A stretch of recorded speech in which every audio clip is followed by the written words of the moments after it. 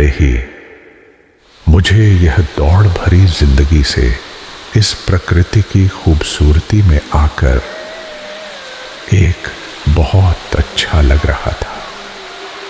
खुली और ताजी हवा सुकून दे रही थी। मेरी बीवी रिया और मेरा 7 साल का बच्चा आदित्य, हम तीनों यहाँ आए थे।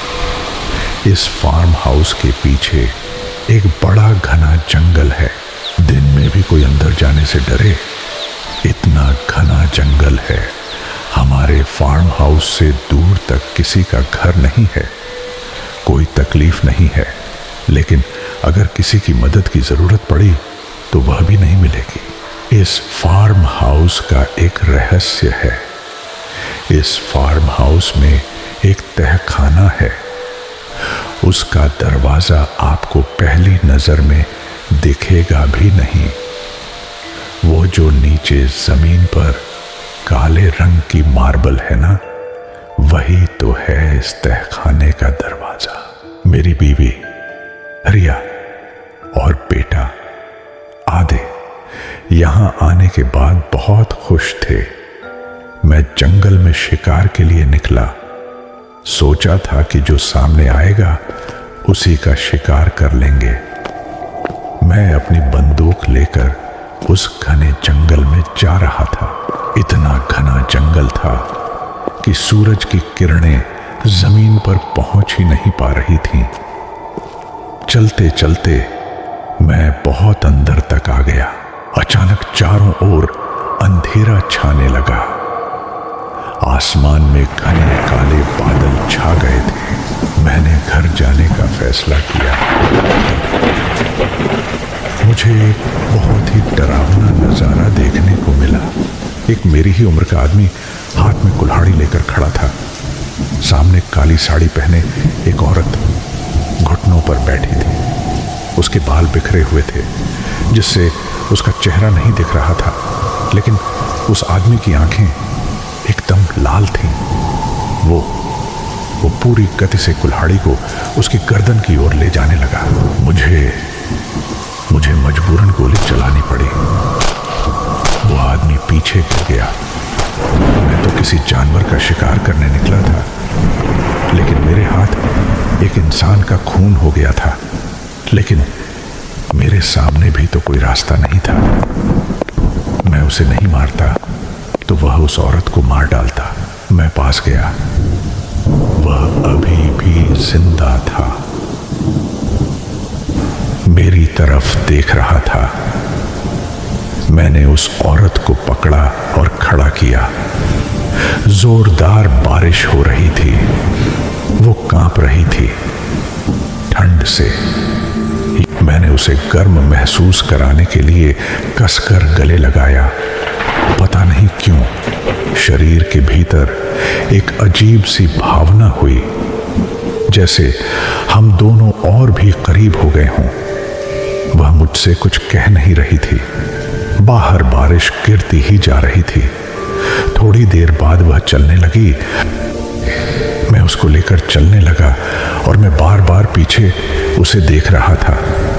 25 की उम्र होगी उसकी, नाक पतली, पीछे से उसका भीगा बदन नशीला लग रहा था। उसे देखते ही मैं मदहोश हो गया था। उसके होंठों पर मुस्कुराहट थी। मैं उस आदमी को वहीं मरता हुआ छोड़कर उस खूबसूरत के साथ आ गया। दरवाजे पर रिया खड़ी थी। आधे कान अंदर के रूम में था। उस औरत को देखकर वह भी चौंक गई। मैंने उसे सारी घटना बता दी। रिया को भी उस खूबसूरत पर दया आई। मेरे बेटे आदिबान के साथ अंदर बेडरूम में सोई थी। उस औरत का इंतजाम हमने पास वाले कमरे में किया था। मैं हॉल में बैठकर वाइन पी रहा था।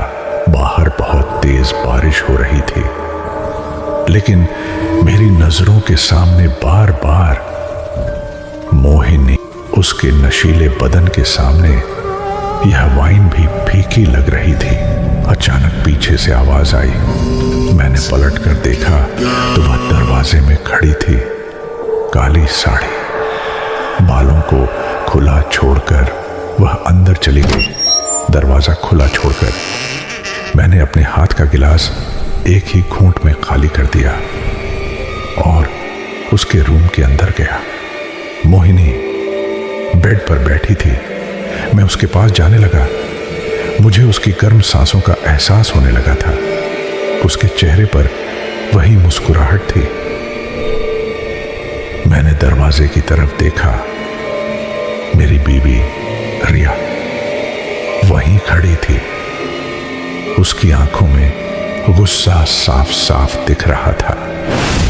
वह गुस्से से वहां से चली गई। मैं खुद को संभालते हुए उठा और उसके पीछे लगा।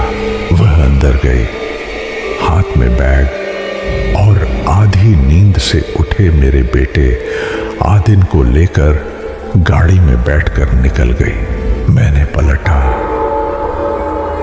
मोहिनी दरवाजे में खड़ी थी, चेहरे पर वही मुस्कुराहट।